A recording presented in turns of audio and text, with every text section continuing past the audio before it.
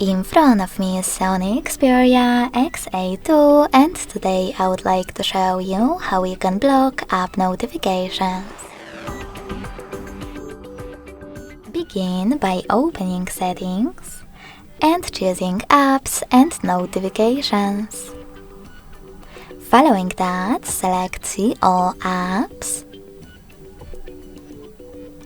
and tap on one of your apps from which you want to block notifications, like Calendar. Lastly, click on Notifications section and tap on this switcher next to Show Notifications. As you can see, after that, all of my notifications are blocked. If you wish to enable them, tap on the same, now gray switcher. Thanks so much for watching. If you enjoyed this video, smash that like button, comment and subscribe. Bye!